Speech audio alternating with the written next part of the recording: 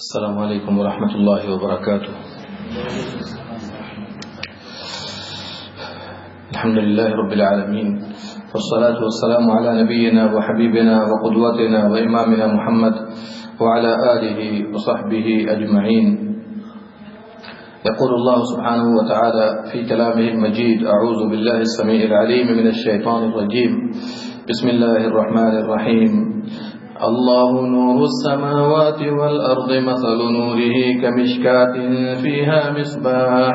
المصباح في زجاجة، الزجاجة كأنها كوكب دري يوقد من شجرة مباركة زيتونة لا شرقية ولا غربية يكاد زيتها يضيء ولو لم تمسسه نار، نور على نور يهدي الله لنوره من يشاء ويضرب الله الأمثال للناس والله بكل شيء عليم. في بيوت أذن الله أن ترفع ويذكر فيها اسمه يسبح له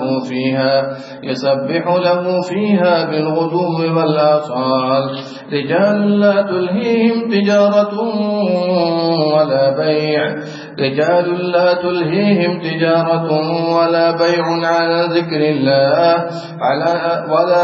عن ذكر الله وإقام الصلاة وإيتاء الزكاة يخافون يوما تتقلب فيه القلوب والأبصار ليجزيهم الله أحسن ما عملوا ويزيدهم من فضله والله يرزق من يشاء بغير حساب. یہ ہے سورہ نور کی چند آیتیں جس کی تفسیر و توضیح آج کے اس مختصر سے درس میں ہم کرنے جا رہے ہیں اللہ کی توفیق سے. دیکھیے، اس سے پہلے کی آیات میں اللہ سبحانہ و تعالی نے بہت سے احکام کو بیان کیا، اور اس سے پہلے کی جو آیت ہے ذرا غور کیجئے گا قرآن کریم کی آیات پر. کیا فرمایا؟ وَلَقَدْ أَنزَلْنَا إِلَيْكُمْ آيَاتٍ مُبَيِّنَاتٍ. اے محمد صلی اللہ علیہ وسلم، آپ کی طرف ہم نے واضح آیات، واضح دلائل نازل کیا ہے. وَمَثَلًا مِّنَ الَّذِينَ خَلَوْا مِن قَبْلِكُمْ، اور گزشتہ امتوں کی بہت ساری باتیں، بہت سارے واقعات بھی پیش کیا ہے. کیوں؟ وَمَوْعِظَةً لِّلْمُتَّقِينَ، اور اس میں پرہیزگاروں کے لیے، اہل تقوی کے لیے نصیحت بھی ہے. اب آئیے، وہ واضح دلائل کیا ہیں؟ اللہ سبحانہ و تعالی نے بڑی اچھی مثال پیش کی ہے، ذرا توجہ کے ساتھ سنیے گا. قرآن کریم میں ایک فن ہے، ایک علم ہے جس کی جانکاری ہمیں اور آپ کو ہونی چاہیے، جس کو کہا جاتا ہے امثال القرآن. قرآن کی مثالیں، قرآن کی ایگزامپلز. اگر بندہ اس کو سمجھ لے، اللہ اکبر، اس کی دل کی دنیا روشن ہو جائے گی. لیکن افسوس کیا ہے، اللہ سبحانہ و تعالی نے یہ فرما دیا وَتِلْكَ الْأَمْثَالِ، یہ جو مثالیں ہیں نَضْرِبُهَا لِلنَّاسِ، ہم لوگوں کے لیے پیش کرتے ہیں. وَمَا يَعْقِلُهَا إِلَّا الْعَالِمُونَ، اس کو کون سمجھے گا؟ عام آدمی سمجھے گا؟ نہیں سمجھے گا. جو عالم ہے، دین کا علم رکھنے والا ہے، وہی اس کو سمجھ سکتا ہے. بات واضح ہو رہی ہے نا؟ اب آئیے، چونکہ وقت بھی کم ہے. اللہ نور السماوات والارض، اللہ سبحانہ و تعالی آسمانوں اور زمینوں کا نور ہے. کیا مطلب ہے اس کا؟ اگر ہم اس جملے کی تفسیر صحابہ سے، تابعین سے، تبع تابعین سے جا کر پوچھتے ہیں کہ آپ نے اس سے کیا سمجھا، تو ان سب کا خلاصہ ہے کہ آسمانوں اور زمینوں کا منور کرنے والا، انہیں روشنی عطا کرنے والا، اور جو بھی مخلوقات ہیں ان سب کو ہدایت دینے والا، ان سبوں کو مزین کرنے والا، علماء کے ذریعے، انبیاء کے ذریعے، نیک لوگوں کے ذریعے، اور ان دونوں میں تدبیر کرنے والا اللہ سبحانہ و تعالی ہے. اس میں چار الفاظ ہم نے استعمال کیا ہے. ایک تو منور کرنے والا کون ہے؟ ظاہر سی بات ہے، جو کچھ بھی روشنی آپ دیکھ رہے ہیں آسمانوں پر، زمین میں، ان کے درمیان میں، کون منور کرنے والا ہے؟ اللہ سبحانہ و تعالی ہے. دوسری بات، سبوں کو ہدایت سے نوازنے والا کون ہے؟ اللہ سبحانہ و تعالی ہے۔ تیسری بات، مزین کرنے والا کون ہے؟ اب ظاہر سی بات ہے، آسمان کو مزین کیا ستاروں سے، سورج سے، چاند سے، زمین کو منور کیا علماء کرام سے، انبیاء کرام سے، وغیرہ وغیرہ، یہ کون ہے؟ اللہ سبحانہ و تعالی ہے۔ چوتھی بات، ان دونوں میں تدبیر کرنے والا کون ہے؟ جو بھی کام ہوتے ہیں، جو کچھ بھی ہو رہا ہے، کون کر رہا ہے؟ اللہ سبحانہ و تعالی کر رہا ہے۔ اس لیے احادیث کا مطالعہ کریں گے تو آپ کو یہ بھی معلوم ہوگا کہ اللہ سراپا نور ہے، اللہ سراپا نور ہے۔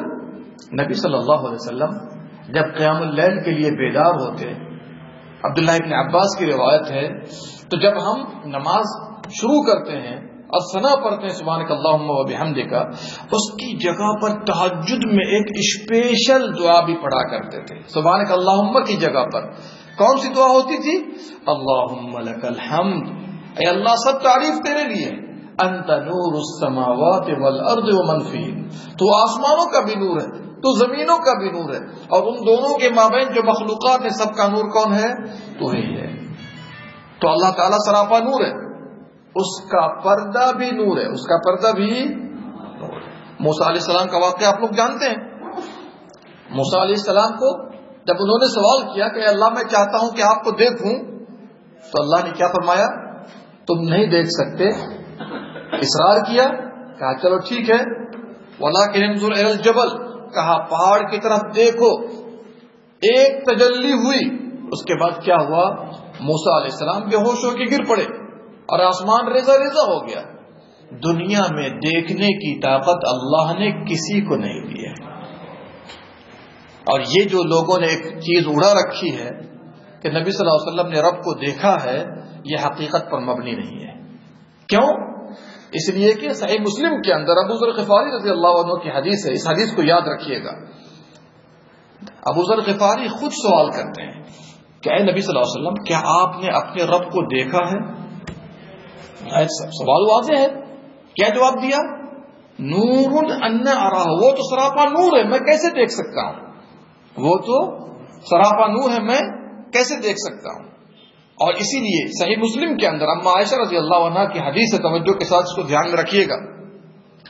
اما عائشہ رضی اللہ عنہا نے فرمایا، جو یہ کہے کہ محمد صلی اللہ علیہ وسلم نے رب کو دیکھا ہے، دیکھنے سے مراد سر کے آنکھ سے دیکھا ہے، تو وہ جھوٹا ہے۔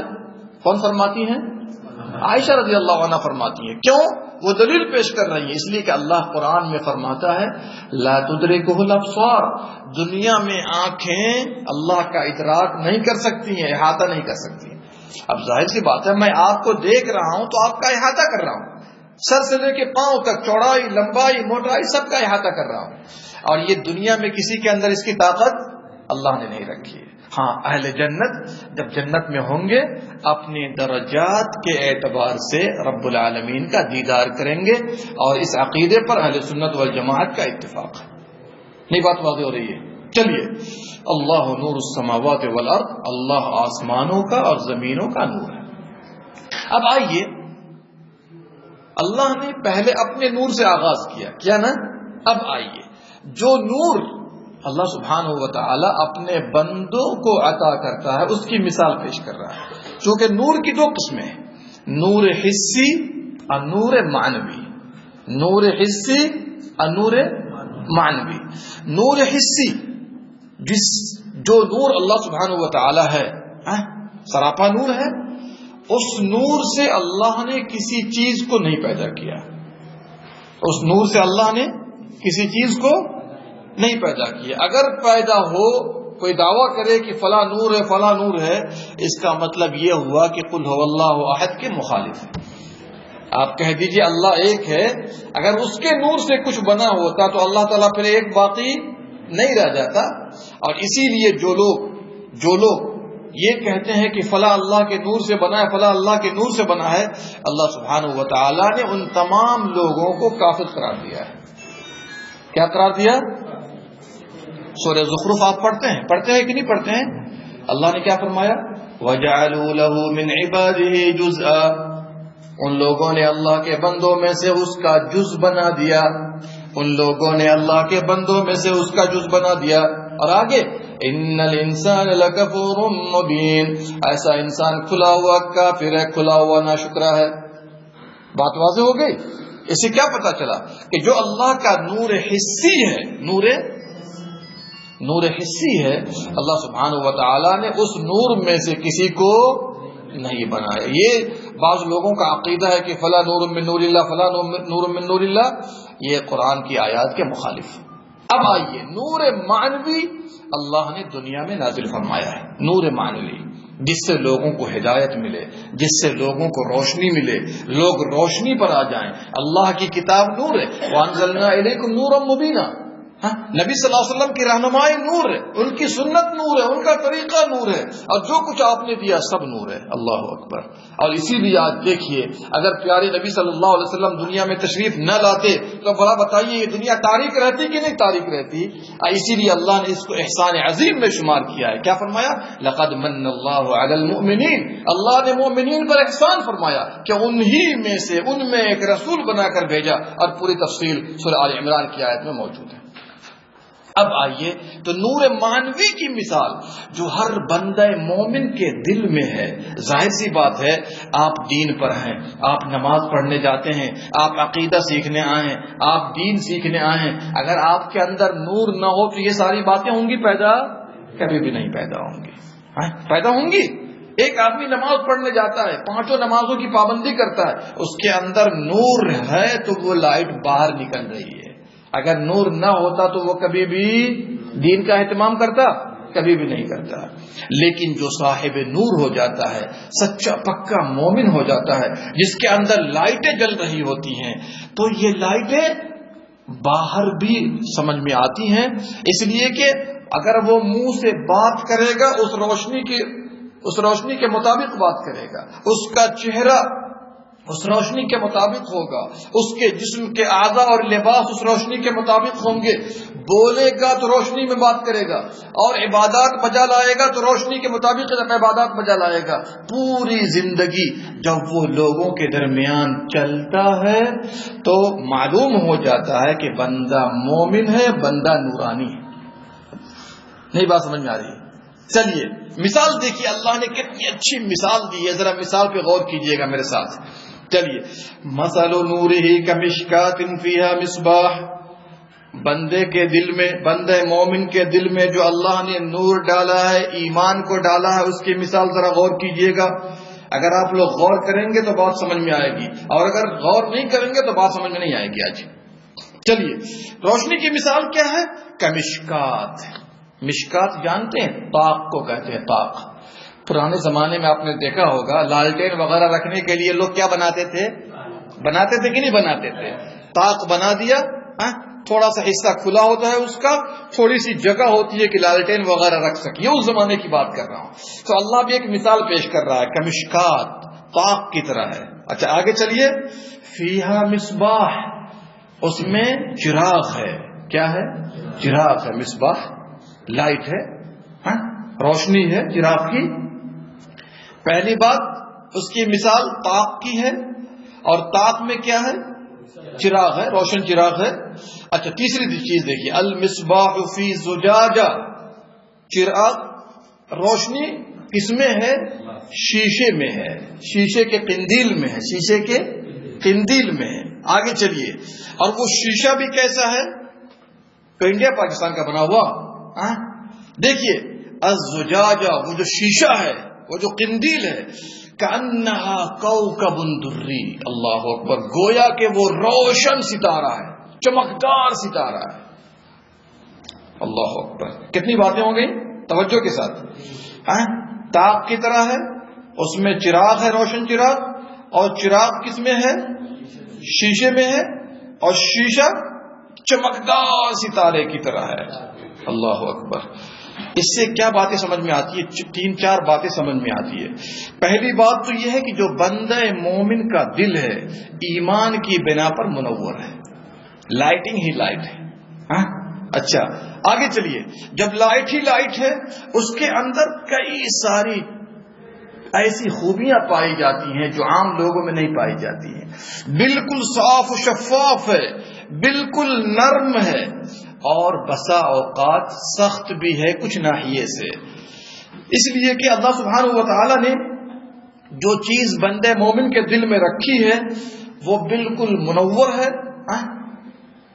ایک تو طاق میں ہے، دوسری بات طاق میں چراغ ہے منور، پھر اس کے بعد وہ شیشہ میں ہے، شیشے کے قندیل میں، اور اس شیشے کی قندیل بھی بالکل روشن ستارے کی طرح ہے، روشن ستارے کی طرح. اور آگے چلیے، یوقد من شجرۃ مبارکہ، اس میں جو تیل ڈالا جاتا ہے چراغ میں، کون سا تیل؟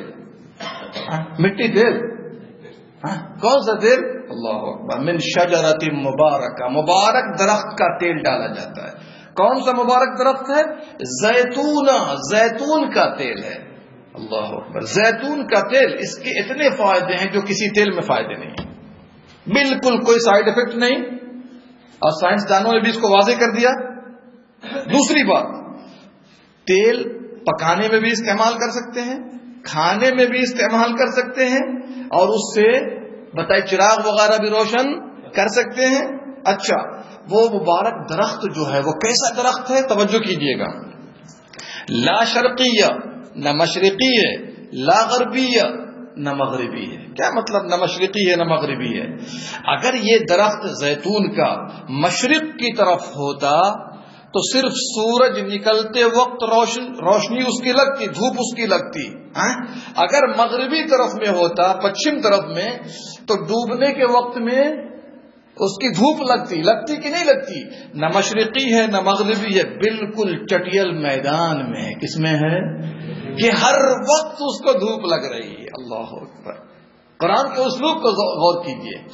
یعنی ایسا مبارک درخت جو بالکل چٹیل میدان میں ہے، جس کو ہر وقت دھوپ لگ رہی ہے، تو اس کا پھل سب سے اچھا مانا جاتا ہے. نئی بات سمجھ میں آئی؟ اب آپ اندازہ کیجئے، یکاد زیتھا، ایک جملہ اور سن لیجیے، یکاد زیتھا یضیء، اس کا تیل اتنا روشن ہے، وَلَوْ لَمْ تَمْسَسْهُ نَارٌ، تیل بھی روشن ہے، تیل بھی روشن ہے کہ بغیر آگ لگائے ہوئے ایسا لگ رہا ہے کہ وہ لائٹ جل رہی ہے خود بخود، بالکل جلنے کو تیار ہے. نہیں سمجھا بھائی؟ ہر آگ کو آپ ماچس لگاتے ہیں تبھی تو وہ آگ جلتی ہے، لیکن یہ ایسا تیل ہے، ایسے مبارک درخت کا تیل ہے کہ بغیر لائٹ جلائے ہوئے، بغیر ماچس مارے ہوئے ایسا لگ رہا ہے کہ وہ جلنے کو تیار ہے بغیر جلائے ہوئے. اس سے کیا پتا چلا کہ مومن کے دل میں اللہ سبحانہ و تعالی نے جو ہدایت دی ہے اور جو قرآن اور ایمان سے نوازا ہے، اور بندہ مومن اپنے دل کو مزین کرتا ہے ان دو چیزوں سے، ایمان سے اور قرآن سے، اور قرآن بھی اور ہدایات مصطفیٰ صلی اللہ علیہ وسلم بھی بالکل معتمد طریقے سے اس نے لیا ہوا ہے، تو دیکھیے گا اس کا چہرہ منور ہے، اس کے جسم کے اعضاء منور ہیں، اس کی زندگی منور ہے، اور جو بات کرتا ہے تو نورانی بات کرتا ہے، فعل کرتا ہے تو نورانی فعل کرتا ہے. اس سے واضح ہوتا ہے کہ مومن جب اللہ کے نور سے فیضیاب ہوتا ہے تو اس کی پوری زندگی جگمگا اٹھتی ہے. اگر وہ بیٹھا ہوگا تو آپ کو لگے گا کہ واقعی مومن ہے، اگر خاموشی کے ساتھ چلے گا تو بھی لگے گا کہ واقعی کیا ہے، یہ مومن ہے. سبحان اللہ. غور کیجئے، اللہ سبحانہ و تعالی نے کتنی اچھی واضح مثال پیش کی ہے، اور کیا فرمایا؟ نور علی نور. وہ جو بقعہ ہے، وہ جو جگہ ہے، طاق ہے، سراپا روشنی سے بھرپور ہے. کیوں؟ اس لیے کہ اس کے اندر تیل کی بھی روشنی ہے اور آگ کی بھی روشنی ہے.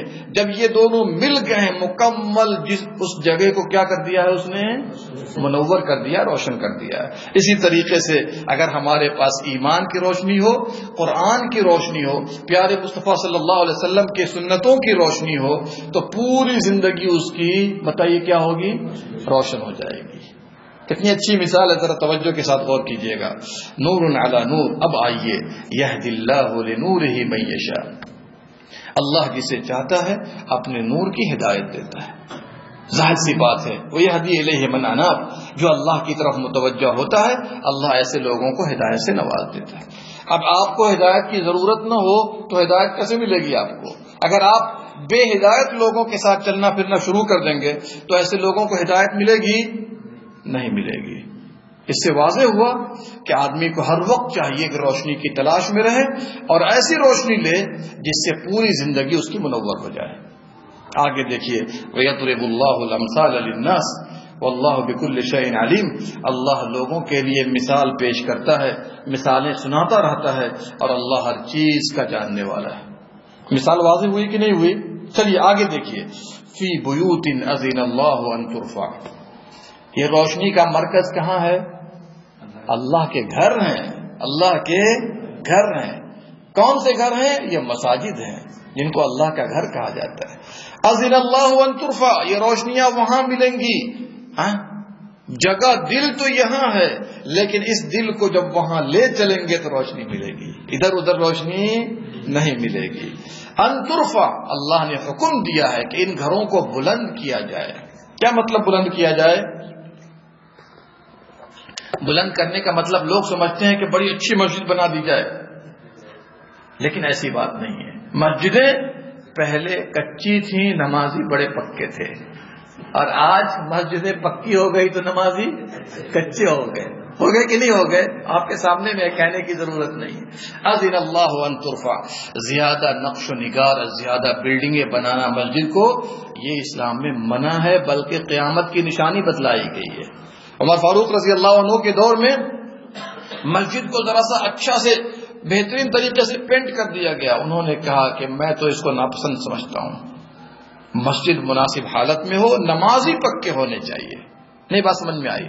اصل اس کا مطلب مسجد کو بلند کرنے کا مطلب یہ ہے کہ وہاں لغویات پر گفتگو نہ ہو, گندی باتیں نہ ہو. یہ نہیں کہ ہم اپنے گھر کی طرح مسجد کو بنا دیں. جیسے کہ آپ دیکھ لیجئے, لوگ جاتے ہیں ادھر بیٹھ جاتے ہیں, کوئی ادھر بیٹھ جاتا ہے, کنارے بیٹھ جاتا ہے, باقی شروع ہو جاتی ہے. ہاں, کتنے لوگ چیٹنگ بھی کرتے رہتے ہیں آج کل. یہ سب نہیں, گندی حرکتیں یہ سب. اللہ کے گھر کے آداب کو ملحوظ رکھیے, بات چیت مت کیجیے, لغویات مت کیجیے. دنیا کی باتیں, قبیل کی باتیں, ادھر کی باتیں, یہ سب نہیں ہونی چاہیے مسجد کے اندر. اگر کوئی اہم دینی بات ہے تو مختصر انداز میں, آسان انداز میں, آہستگی کے ساتھ آدمی کر لے, کوئی بات نہیں. وَيُذْكَرَ فِيهَا اسْمُهُ, اس میں اللہ کا نام لیا جاتا ہے. سبحان اللہ. وضو کر کے مسجد میں داخل ہو جائیے, جتنا جلدی جائیں گے اتنا دل آپ کا منور رہے گا. وَيُذْكَرَ فِيهَا اسْمُهُ. دیکھیے نا, ایک آدمی دعا کر رہا ہے, ایک آدمی قرآن پڑھ رہا ہے, ایک آدمی کوئی دینی کتاب پڑھ رہا ہے, ایک آدمی قرآن کو سمجھ رہا ہے. اللہ کا نام لیا جا رہا ہے کہ نہیں لیا جا رہا ہے؟ کوئی سنت پڑھ رہا ہے, کوئی نفل پڑھ رہا ہے, ماشاءاللہ فرض کی نماز ہو رہی ہے, قرآن کی تلاوت ہو رہی ہے. دیکھیے اللہ کا نام لیا جا رہا ہے. یسبح له فیہا بالغدو والآصال. توجہ کیجیے گا, اس میں صبح و شام لوگ اللہ کی تسبیح اور اللہ کی نماز پڑھتے ہیں. پڑھتے ہیں کہ نہیں پڑھتے ہیں؟ 5 نمازوں کی دلیل بھی اس آیت میں موجود ہے. صبح میں کتنی نمازیں ہوتی ہیں؟ بولیے. 2 نمازیں ہوتی ہیں صبح کے وقت میں. ایک تو ظہر کی نماز ہے جو صبح کا حصہ ہے, اور صبح کی نماز جو فجر کی نماز وہ تو ہے ہی, اور شام میں عصر, مغرب, عشاء. یہ 5 نمازوں کی مختصر دلیل کس کے اندر موجود ہے؟ اس آیت کے اندر موجود ہے. اب آئیے مختصر انداز میں, رجال لا تلہیہم تجارت ولا بیع. جن کے اندر اللہ نے نور رکھا ہے, جن کے دل کو اللہ نے منور کیا ہے, ان کی خوبی کیا ہے, ان کی خصوصیت کیا ہے سمجھتے ہیں؟ لا تلہیہم تجارت ولا بیع. مومن مسلم جو قرآن کا پابند ہے, دین کا پابند ہے, کبھی بھی اللہ کے ذکر سے دور نہیں جائے گا. جائے گا اگر وہ کام میں لگا ہے, وہاں پر بھی اللہ کی تسبیح کر رہا ہے, اللہ کی تحمید کر رہا ہے, اللہ کو یاد کر رہا ہے. کوئی کتاب ہے اس کا مطالعہ کر رہا ہے, موبائل میں کسی کا بیان آ گیا وہاں سننا شروع کر دیا. کیوں؟ اس کے پاس خالی وقت نہیں ہے کہ وہ بیٹھ کے وقت ضائع کرے گا. آگے دیکھیے, وہ اقام الصلاۃ, نماز قائم کرنے والے ہوتے ہیں. کتنا بزی ہوگا لیکن نماز سے دور نہیں جائے گا. یہ کس کی علامت ہے؟ جس کے دل میں نور ہے, جس کا دل منور ہے اللہ کے نور سے. وہ ایتاء الزکات, بڑا پیسے والا ہو لیکن زکات کی ادائیگی میں سستی نہیں کرے گا. وہ جانتا ہے کہ ہمیں کامیابی اس کے بغیر نہیں مل سکتی ہے, اسی لیے کتنوں بھی بیزی ہو, مصروف ہو, لیکن اللہ کا ذکر, نماز قائم کرنا, زکات دینا اس سے پیچھے نہیں رہے گا. اور چوتھی بات یاد رکھیے, یخافون یوما تتقلب فیہ القلوب والابصار. آخرت سے ڈرتا ہے, قیامت کے دن سے ڈرتا ہے جس میں دل اور آنکھیں الٹ پلٹ ہو جائیں گی. ظاہر سی بات ہے اگر ہر بندہ مسلم آخرت کو اور قیامت کو اپنے سامنے رکھے کوئی ہیرا پھیری کر سکتا ہے؟ یہ چیزیں ہماری نظروں سے جب بھی مخفی ہو جاتی ہیں ہم اور آپ برائیوں کی طرف گرنا شروع ہو جاتے ہیں. اور اسی لیے سورہ ماعون کا مطالعہ کیجئے نا. ارأیت الذی یکذب بالدین فذلک الذی یدعو الیتیم. جب آخرت کی خرابی ہمارے اندر پیدا ہوتی ہے، آخرت پر ایمان مضبوط نہیں ہوتا تو کئی طرح کی خرابی پیدا ہو جاتی ہے. ایک تو یتیم کو دھکے بھی دیتے ہیں، کمزوروں کا خیال نہیں کرتے، نماز فوائل للمصلین، نماز کا بھی اہتمام نہیں کرتے، ویمنعون الماعون، زکوٰۃ وغیرہ کا بھی اہتمام نہیں کرتے. ساری خرابی کس بنا پر پیدا ہو گئی؟ عقیدے کی خرابی اور قیامت کی خرابی کے بنا پر. چونکہ ان چیزوں کو ہم بطور عقیدہ مضبوطی سے نہیں پکڑ پاتے. نہیں بات سمجھ میں آئی؟ چلیے آخری آیت لے لیجیے. تو جو نیک لوگ ہیں، منور لوگ ہیں، جن کے دل میں اللہ کا نور ہے، 4 خوبیاں اس کے اندر ضرور پائی جائے گی. ایمان کی خوبی کے ساتھ اللہ کا ذکر نہیں چھوڑیں گے. دوسری بات نماز قائم کرتے رہیں گے 5 وقت. تیسری بات زکوٰۃ دیتے رہیں گے اور آخرت کی فکر میں رہیں گے، آخرت سے ڈرتے رہیں گے، چونکہ اللہ تعالیٰ وہاں سبوں کو بدلہ دے گا، دودھ کا دودھ اور پانی کا پانی الگ کر دے گا. لیجزیہم اللہ احسن ما عملوا. یہ قیامت کے دن کیسا دن ہوگا کہ جس نے بھی جتنا اچھا عمل کیا ہوگا اللہ ان کو بہتر بدلہ دے گا. وَيَزِيدَهُم مِّن فَضْلِهِ. بدلہ کیا دے گا؟ جنت کی شکل میں. کس شکل میں؟ جنت کی شکل میں. وَيَزِيدَهُم مِّن فَضْلِهِ. اور اپنے فضل سے زیادہ بھی کرے گا. یہ زیادہ کیا ہے؟ رب کا دیدار. جتنے بھی جنتی ہیں جنت میں چلے گئے، نعمتوں سے ماشاءاللہ فیض یاب ہو رہے ہیں، لیکن سب سے بڑی نعمت کیا ہوگی بتائیے؟ اللہ کا دیدار. وہ نعمت ملتے ہی بندہ جنت کی نعمتوں کو بھی بھول جائے گا. اور آگے کیا فرمایا؟ واللہ یرزق من یشاء بغیر حساب. دنیا میں بھی اللہ بدلہ دیتا ہے، آخرت میں بھی بدلہ دے گا، اور اللہ جسے چاہتا ہے بے حساب روزی دیتا ہے. اللہ اکبر. یہ نہیں کہا مال کی شکل میں دیتا ہے، دولت زمین جائیداد کی شکل میں دیتا ہے. جو کچھ بھی آپ کے پاس ہے نا وہ سب اللہ کی روزی ہے، سب اللہ کی نعمت ہے. صحت کتنی بڑی نعمت ہے، بیماروں سے جا کے پوچھئے. اور اس طریقے سے ایک ایک نعمت پر غور کرنا شروع کریں گے تو آپ کو پتا چلے گا جو نعمتیں آپ کے پاس ہیں بہت کم لوگوں کے پاس. فرق یہ ہے ہم اوپر والوں کو دیکھتے ہیں دنیا میں اس لیے پریشان رہتے ہیں. نیچے والوں کو دیکھیے، دینداری اور عبادت میں اپنے سے اوپر والوں کو دیکھیے تو انشاءاللہ ہمیشہ آپ رب کا شکر گزار بندے بن جائیں گے. اللہ ہم سب کو کہنے سننے سے زیادہ عمل کرنے کی توفیق دے. آمین یا رب العالمین.